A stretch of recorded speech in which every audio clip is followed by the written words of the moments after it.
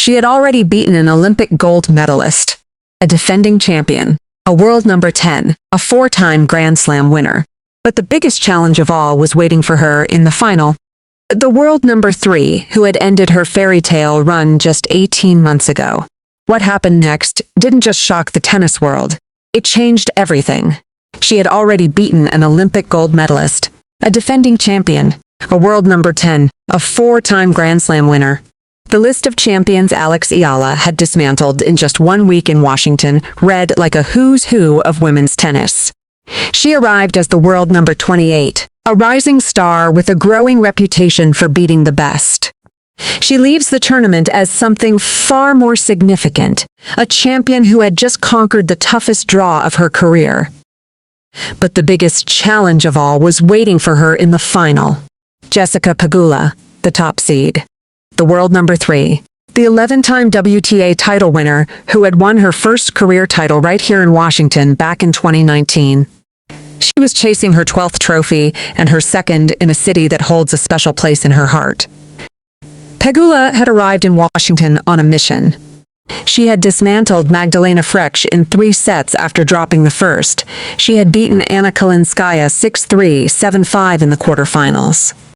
And in the semifinals, she had staged a remarkable comeback against Diana Schneider, winning 5 straight games to take the first set after trailing 5-2, then closing out the match 7-5, 6-4. I just capitalized on a couple of areas, Pegula said after her semifinal victory. I think I started just trying to find the rhythm on the return. I didn't think I was that far off. So, just trying to pick up my energy and again, try and be a little bit more aggressive. Eala's path to the final was even more dramatic. She had avenged her 2023 Asian Games loss to Olympic gold medalist Zheng Qinwen, rallying from a set and a breakdown to win 4-6, 6-4, 6-1. She had dethroned defending champion Leylah Fernandez, erasing a 1-5 deficit in the second set before dominating the tiebreak 7-1. She had beaten world number 10 Elina Svitolina for the second time in 2 months, the same 6-3, 6-4 scoreline. And she had dismantled four-time Grand Slam champion Naomi Osaka in straight sets, 6-4, 6-2, in front of a crowd that had turned the tournament into a celebration of Filipino pride. The amount of effort you have to put in just to stay with these tough players is incredible, Eala said after her victory over Svitolina. There are so many things I've learned about what it takes to stay at this level and handle these tough players.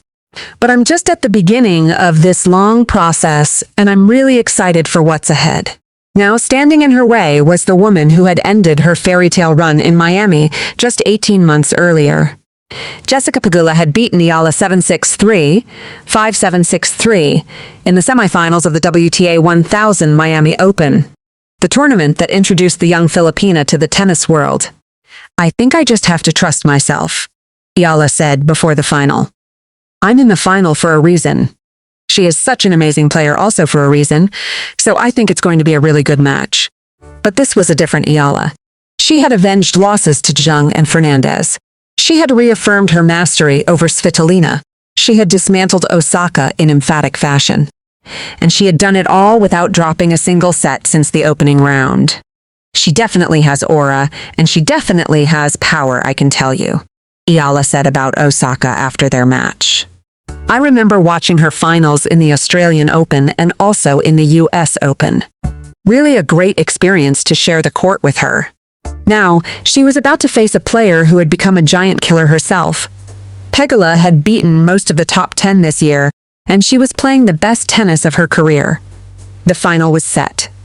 The dream was alive, and the entire Philippines was watching. To understand what this final meant to Eala, you have to go back to March 2025. Miami, the WTA 1000 semifinals. A 20-year-old Filipina who was just beginning to make a name for herself on the biggest stages. Eala had arrived in Miami as a qualifier. Nobody expected her to make any noise. But she did more than just compete. She stunned the tennis world. She marched through the draw, knocking out former Grand Slam champions and top seeds, until she found herself face-to-face with Jessica Pegula in the semifinals. That match was a war. Pegula took the first set in a tiebreak 7-6-3. Eala fought back to win the second 7-5. But in the decider, experience won out. Pegula closed it out 6-3, ending Eala's breakthrough run. Pegula later reflected on that match with admiration. "I'm super impressed," she said at the time. "She has such a bright future, she's going to be amazing." But for Eala, that loss was a lesson. A reminder of what it takes to win at the highest level. A taste of what she could achieve if she kept working, kept improving, kept believing. "I would say all the aspects have improved at the same pace," Eala said when asked how her game had evolved since Miami. But then again, all players are evolving. Improvement is not a linear thing. Every match is different, and I am sure Jess has also changed so much in these 18 months. That growth was evident throughout the DC Open. Eala had developed her serve. "I think that my serve can be uncomfortable. I think I try to play around a lot with variety, and her ability to stay composed under pressure had become her greatest weapon." Osaka, who had just faced Eala, recognized that composure. "She's an amazing player," Osaka said after their match. "She's incredible. I think she's a star, and it's just really cool to have someone like her that I guess people can look up to." Now, Eala had another chance. A rematch with the woman who had ended her Miami dream. But this time the stakes were even higher. The stakes 500 title, a $252,000 winner's check, a career high ranking inside the top 20 in the first WTAA singles trophy for a Filipino player. "I think I just have to trust myself," Eala said. "She is such an amazing player also for a reason, so I think it's going to be a really good match." The Miami ghost was about to be exorcised. Or would it haunt her again? The final began under the bright lights of the William H.G. Fitzgerald Tennis Center. The crowd was split.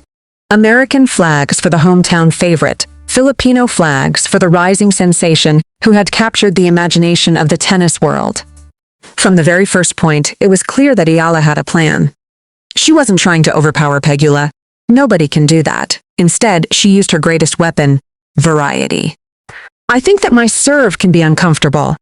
I think I try to play around a lot with variety," Eala had said earlier in the tournament. "Of course, it would be great if I had a serve that went 200 kilometers per hour. I'd love that also, but it's a process.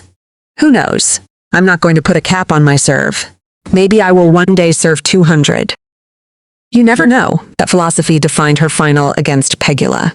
Eala didn't try to match the Americans' power. She neutralized it.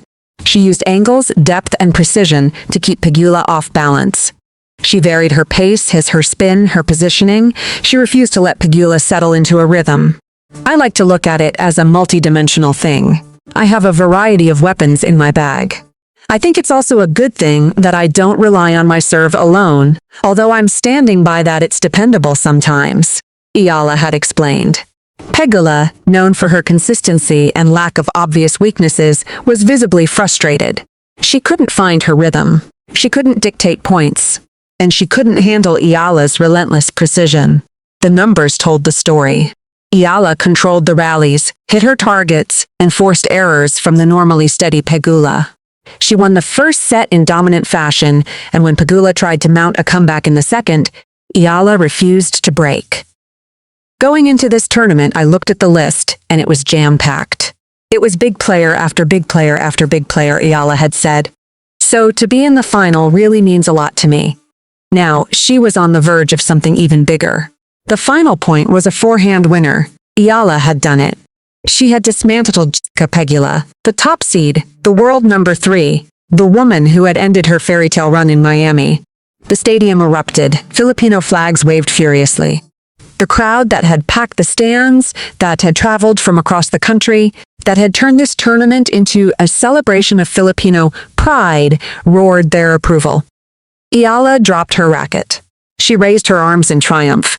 The tears came almost immediately, tears of joy, of relief, of disbelief. She had done what no Filipino player had ever done before. She was a WTA champion. I think I played really well and, of course, such a meaningful match against a great player, Eala said after the victory. So really happy to share the court with Naomi. But now, she was sharing the court with Jessica Pegula, and she had beaten her. She had avenged her Miami loss. She had won her first WTA title. She had climbed to a career-high ranking of world number 24. And she had done it all in front of a crowd that had turned the DC Open into something far bigger than a tournament. One more match, I guess, but I'm super happy, Eala had said after her semi-final victory over Osaka. That one match was now won, and the celebration had just begun. The crowd stayed on their feet. The chants of "Eala! Eala!" echoed through the stadium. And the cameras captured a moment that will be etched into the history of Philippine sports forever. Eala has done what no Filipino tennis player has ever done before. She has won a WTA singles title. The 21-year-old from Manila defeated world number 3 Jessica Pegula in the final of the Mubadala DC Open, becoming the first Filipina to capture a WTA trophy. It was her second WTA final appearance after finishing as runner-up at Eastbourne in 2025. But this time, she finished the job. "I think I just have to trust myself," Eala had said before the final. And she did. She trusted her game, her preparation, her belief, and she walked off the court a champion. The victory guarantees Eala a career-high ranking of world number 24, surpassing her previous best. She earns $252,000, approximately 15.4 million Philippine pesos, and she cements her status as Asia's next tennis superstar. But more than the money or the ranking, this victory is about what it represents. A nation of 110 million people finally has a tennis hero to call their own. A diaspora that had traveled across the country to support her has a champion to celebrate. And a young woman who was once told she couldn't compete with the best has proven that she belongs.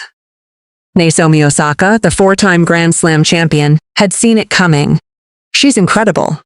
I think she's a star," Osaka said after Eala beat her. Now the world is seeing it too. Andre Agassi, the 5-time Washington champion, had already recognized her greatness when he called her after the semifinal. He knew what this moment would mean. He knew that a new star had arrived. Going into this tournament, I looked at the list, and it was jam-packed. It was big player after big player after big player, Eala had said. So to be in the final really means a lot to me. Now, she is a champion, and the only question that remains is, what comes next for Eala? Eala has made history. The 21-year-old Filipina defeated world number 3 Jessica Pegula in the DC Open final, becoming the first Filipino player to win a WTA singles title. She conquered an Olympic gold medalist, a defending champion, a world number 10, a 4-time Grand Slam champion, and the world number 3. All in a single tournament. This is not just a victory. This is a statement. Eala has arrived. If you enjoyed this story, hit that subscribe button and turn on notifications. We bring you the biggest stories in tennis, drama, and emotion every single week. Don't miss what happens next.